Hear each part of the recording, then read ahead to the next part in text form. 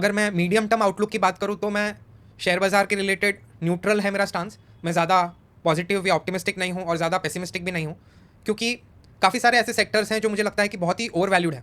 जैसे कि मान लो IT sector, right. Growth projections हैं फ्लैटिश 0 to 5% ग्रोथ, बड़ी कंपनीज जो भी हैं, टीसीएस, इन्फोसिस, विप्रो, टेक महिंद्रा, इन सब की। और अगर आप इनके वैल्यूएशंस देखो, पी मल्टीपल्स देखो, अभी भी 22-24 टाइम्स पी मल्टीपल पे ट्रेड कर रहे हैं। तो अगर ग्रोथ ना के बराबर है तो इतना हाई मल्टीपल्स जस्टिफाइड मेरे हिसाब से नहीं है। तो दो चीज़ें हो सकती हैं, या तो किसी कारण से शेयर बाज़ार में एक बड़ा सा करेक्शन आ जाए, मार्केट यहाँ से 15-20% गिर जाए, तो वो एक सिनारियो होगा, वैल्यूएशंस कंट्रोल में आ जाएंगे, फेयर वैल्यूड हो जाएंगे, अंडर वैल्यूड हो जाएंगे।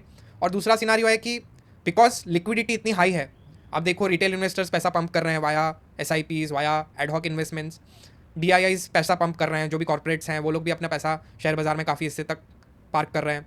एफआईआईज ने भी खरीदी स्टार्ट कर दी है। मतलब बाज़ार में सब लोग ही खरीदी करने बैठे हैं, कोई बेचने बैठा नहीं है। इसलिए ख़राब न्यूज़ पे भी शेयर बाज़ार इतना गिर नहीं रहा है, क्योंकि जो ट्रम्प के टैरिफ्स लगाए हैं, ऐसा तो पॉसिबल नहीं है उसका कोई एडवर्स इंपैक्ट नहीं होगा। फिर भी अगर आप देखो कि बाज़ार ऑलमोस्ट टैरिफ्स अनाउंस हुए थे उसके पहले वाले लेवल पे ही आ चुके हैं, इनफैक्ट उससे भी थोड़ा बढ़ चुके हैं। तो ओवरऑल बाज़ार में पैसे का इन्फ्लो इतना ज़्यादा है कि अगर कोई नेगेटिव न्यूज़ आ भी रही है तो वो तुरंत उसकी खरीदी हो जा रही है और भाव ज़्यादा गिर नहीं रहा है। तो इसकी वजह से दो तीन चीज़ें होंगी। पहली चीज़ कि अगर ऐसा ही रहा, लिक्विडिटी इतनी ज़्यादा रही, पैसा ज़्यादा पंप हो रहा है शेयर बाज़ार में, तो बाज़ार काफ़ी चौपी रहेगा, काफ़ी वॉलेटाइल रहेगा। 15-20% बढ़ जाएगा, फिर रिजल्ट्स अच्छे नहीं आए तो फिर घट जाएगा, फिर बढ़ जाएगा, फिर घट जाएगा। मतलब एक रेंज बाउंड हो सकता है। दूसरी चीज़, इसकी वजह से जो लॉन्ग टर्म रिटर्न्स जनरेट हो सकते हैं शेयर बाज़ार में, वो काफ़ी रिस्ट्रिक्ट हो सकते हैं, काफ़ी मेलो डाउन हो सकते हैं।